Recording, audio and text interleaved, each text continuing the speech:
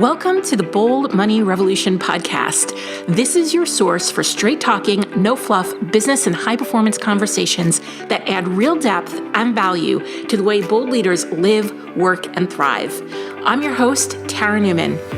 I'm here to show you how to optimize your performance as a leader so that you can grow a business that is profit-rich, efficient, and allows you to generate real, tangible wealth for yourself and others. We are here to help you lead with your values, to perform without overwhelm and burnout, and to do your most important work in the world. Hey, it's Tara. When women join the Bold Profit Academy, I hear 4 chief concerns. 1, they're exhausted from jumping through all the hoops so they can claim their financial freedom. 2, they are done with the hyped up marketing messages around revenue for revenue's sake and $1 million businesses. Now, some women do want to have $1 million business, but not in the way it's being portrayed. 3, they are making money but have a real fear around making more because they feel out of control with the money they are already making. Like, how can they manage more when they don't feel confident managing what they have? And the 4th chief concern that I hear is they have more money going out than they have coming in, which is putting them on a collision course with a lot of debt and unfortunately a lot of shame because of the way society talks about money. If any of these scenarios sound like you are going to want to run, don't walk, run to download the Bold Profit Academy Revenue Goal Calculator. This calculator is going to give you an astonishingly accurate revenue goal based on what you need to pay yourself so your financial obligations are met and you feel like the work you are doing is valued. It will also tell you exactly what you will need to save for your taxes so you're not up worrying all night about the IRS throwing you in the clink. And it will tell you how much you have to invest in your business in terms of hiring team, purchasing systems, overhead like rent, what you have for your own personal business education and learning. And here's the kicker. When you have this information at your fingertips, you will know the exact amount of effort you need to put into your business. No more guessing, which is leaving you exhausted, overwhelmed, and overworked. To grab your revenue goal calculator right now and start paying yourself more, go to theboldleadershiprevolution.com/revenue. Hey there, bold leaders. Welcome to another episode of the Bold Money Revolution podcast. I'm your host, Tara Newman, and today I'm taking you behind the scenes on a very personal podcast where I'm going to talk about the absolute shit night's sleep I got last night. It was absolutely horrible. And I hope that what I'm saying makes sense because I'm running on not a lot of hours. However, I think that there is something that we can all learn from this. And I think that this is something that's important to talk about as business owners, those sleepless nights. And I want you to bookmark this. I don't know, just in case you have a sleepless night one night and you're like, I need some company, right? You can listen to this episode and I'm happy to keep you company at 1 a.m. in the morning. I remember about a year, it was actually exactly a year ago, I was traveling and we were hosting a retreat in Atlanta. And oh gosh, I don't know what happened, but I wound up having a panic attack and I was alone at the retreat facility by myself. And it was kind of creepy and it was really, really challenging. And I remember flipping open my podcast app and I'm like, okay, where are the business podcasts and where is a business owner talking about anxiety or anxious thoughts, sleepless nights, because I could really use some company right now. And I had always intended to record a podcast about that experience. And I actually might still record a podcast about that experience because as it was happening, I was journaling it out. But in lieu of me recording that podcast, you have this one. So last night, I got a horrible night's sleep. I woke up at 12:30 and didn't fall back asleep again until about 3 a.m. And what sucks even more was I had to get up super early to take my mom to the hospital this morning for a procedure she was having. She's fine. but I had to pick her up by 6 a.m. and have her to the hospital by 6:30.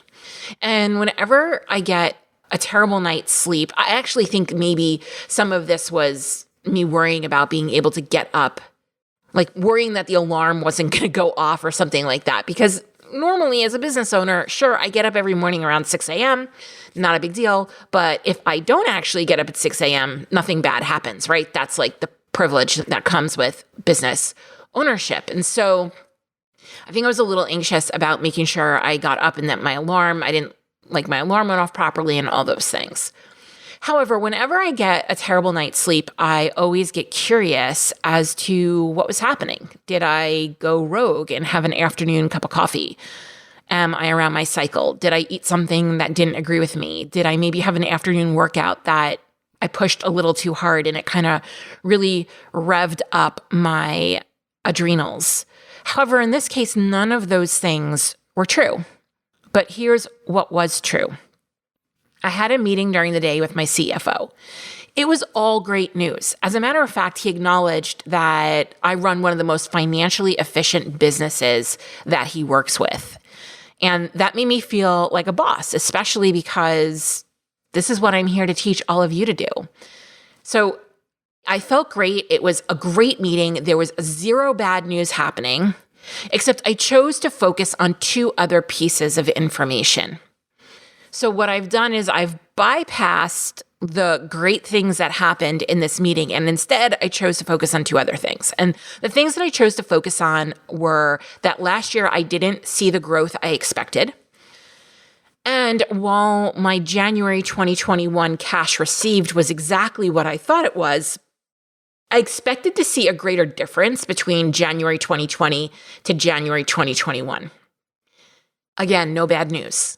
But immediately my brain went to, you didn't meet your expectations, so you aren't good enough, which then triggered me to push back on my coach who wanted me to share a recent result I got for myself. And I said I couldn't because the result I got wasn't good enough, right? And I was feeling like a dip or an erosion in my confidence, which then led me to not sleeping great because at 12:30, my brain kicked on, rehashing the disappointing to me, remember this is disappointing to me, growth in my business last year, and my disappointing, again to me, January numbers.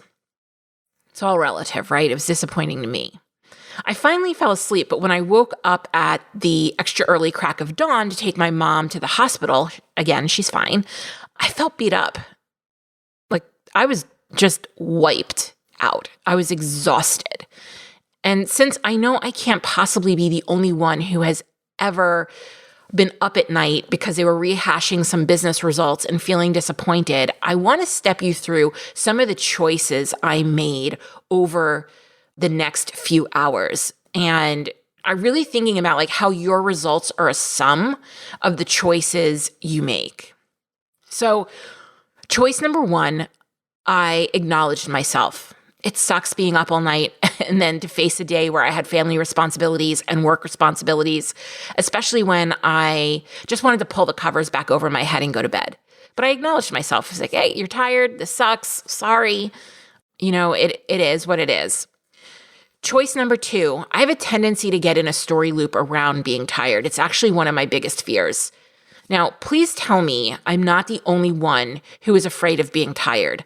I need to know if this is a thing. So if you're listening to this and you're like, totally, this is me too, head on over to Instagram. I'm at the Tara Newman and pop me a DM and just be like, hey, I'm afraid of being tired. Me too. I need to know if this is really happening for other people. So instead of getting stuck in that story loop, I affirmed that there is more than enough time in the day to rest and recoup my energy.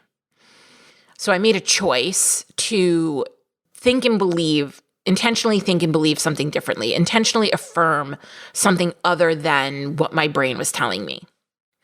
Choice three, I committed to making sure I brought my A game to my evening routine and went to bed before that I'm going to go to bed before the second or third wind arrives, right? Because we know how that happens. You're tired and then you get a second wind and then there's a third wind. And next thing you know, you're just putting off and delaying bedtime when the best thing for you is really to hop into bed. So I made a commitment to bring my A game to my evening routine. I'm going to make sure that it's extra special. I'm going to take a hot bath. I'm going to shut down early from work. I'm going to really unwind, not drinking coffee after 12 p.m., and I'm going to get into bed early. Choice 4, I asked myself what would give me energy right now. Right? This is me working my EMS framework that I teach in the Bold Profit Academy. What would give me energy right now? So I decided that despite being tired, 20-minute low-impact Peloton ride would shift my energy to a place that was positive, uplifted, and energized. I did not do a ride that was a HIIT workout or crazy hills or anything like that. And I made sure to keep my heart rate in a zone that felt good, because this is about building resiliency for my day, not draining me of my energy. And sometimes the choices we make are counterintuitive. Like the thought of getting on the Peloton while being tired just it felt counterintuitive. And, you hear women talk about burnout and taking care of themselves, but that doesn't mean that you do nothing. That means that you're intentional about the things you do. And so that's what I did. I was intentional about what would give me energy in that moment. Choice 5, I sat down and got clear on the facts, right? What kept me up last night were my feelings about an expectation I put on myself and not the actual facts. And so the facts were my growth wasn't as high as I wanted it to be last year. And I shut down 2 revenue streams that equated to almost $100,000 in revenue. I had 3 clients cancel contracts with me, resulting in a loss of about $40,000, which I never totaled before until this morning, right? I just buried it. I was like, it happened, moving on. It is what it is. And I buried it, but I never actually totaled what that loss looked like. But also it resulted in legal fees to address the canceled contracts. 3, like a lot of you, my energy was up and down for most of the year navigating the pandemic, remote schooling, multiple family crises, and eventually my ADHD diagnosis. 2020 was probably my hardest year. And that's saying something because we had a business that went under in the 2008-2009 Great Recession, which resulted in us declaring bankruptcy in 2010. That was a really challenging time in my life, and I think that 2020 was even more challenging than that for me personally. And I wholeheartedly did the best that I could in those moments, and I know you did too. So really, let's get clear on the facts, what is true, those things happened, versus our feelings about something. And we're allowed to have our feelings. I felt my feelings, I'm allowed to have my feelings, and I have to look at the facts. Facts and feelings are not mutually exclusive. So choice 6, I focused on some additional energy boosters. A quick face mask. I took extra time to make my bed this morning. I put on an outfit that made me feel good about myself. I diffused my favorite essential oils, lemon and peppermint. Those are very energizing essential oils. And so I really made sure that, and these are quick, like the face mask took 5 minutes. Making my bed probably took less than 5 minutes. Putting on an outfit that made me feel good about myself. This is not challenging, right? Diffusing some lemon and peppermint essential oils, simple. Simple, simple, simple. Choice 7, be helpful and be human. Sometimes in our most challenging moments, it is energy giving, it's life giving to be helpful, to reach out to somebody else and just be like, hey, how are you doing?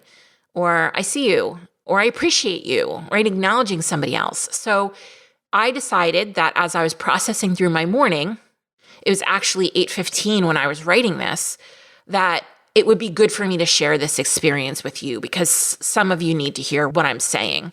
And to hold it in and to not talk about it actually felt de-energizing, if that's a word. That felt like it would be draining for me to not share this. So I want to be super transparent. I didn't feel like doing any of these things. right? I had a whole lot of I don't feel like it energy going on when I got out of bed this morning. It would have been so easy for me to crawl back under the covers, and maybe some mornings that's what we need.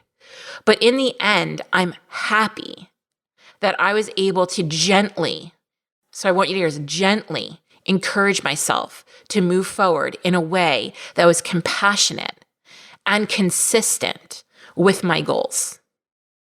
All right, I want to say that again. I was happy I was able to gently encourage myself to move forward in a way that was compassionate and consistent with my goals. Since I started writing this, I had to take a break and I had to meet with a client and then came back to finish this off. And this client's a member in my Bold Money Mastermind. And I've been working with this woman for years, and she's been in my mastermind for years. And she said to me, I'll never forget the time you told someone else that they can be both sad and successful, that those things aren't mutually exclusive. It was a big shift for me, and I always remind myself of that moment. And I want to remind you of that as well. You can be sad and successful.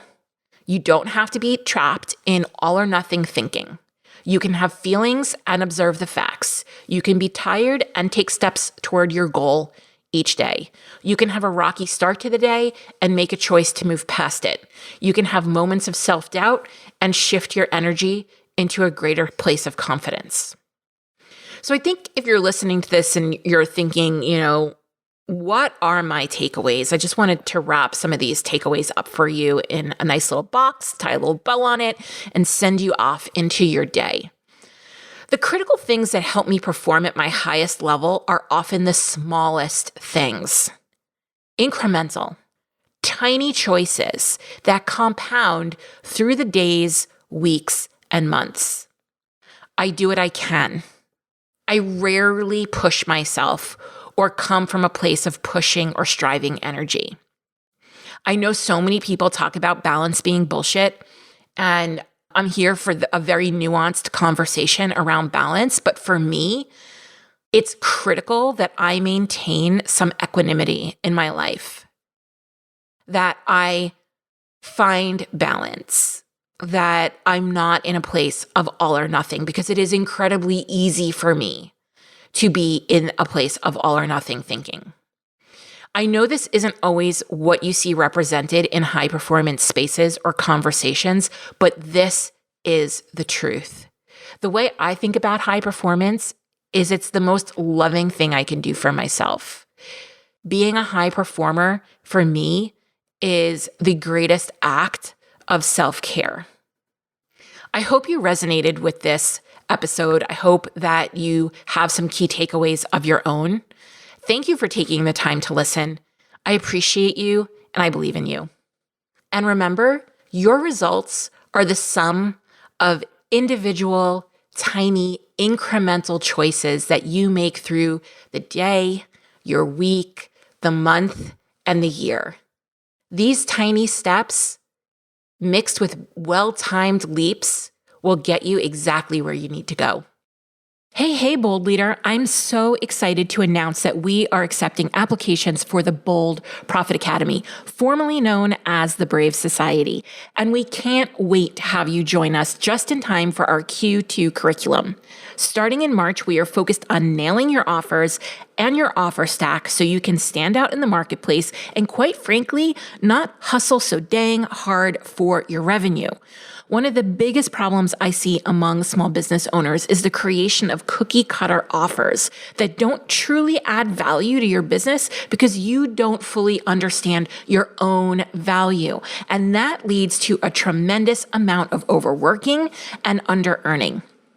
Reviewing offers, updating offers, creating new offers, these are all critical skills so you can leverage your time and scale your income, which is exactly what we are doing inside the Bold Profit Academy in Q2. Each quarter, we have live curriculum in addition to our already on-demand training that you can implement as you need it. So if you are looking to understand the 7 components required for creating your boldest offer so you can stand out in the marketplace and increase your sales, Learn how to stack and price offers so you can hit your revenue goal without overworking. Create a framework that allows you to market, sell, deliver your offer in a way that is efficient and repeatable.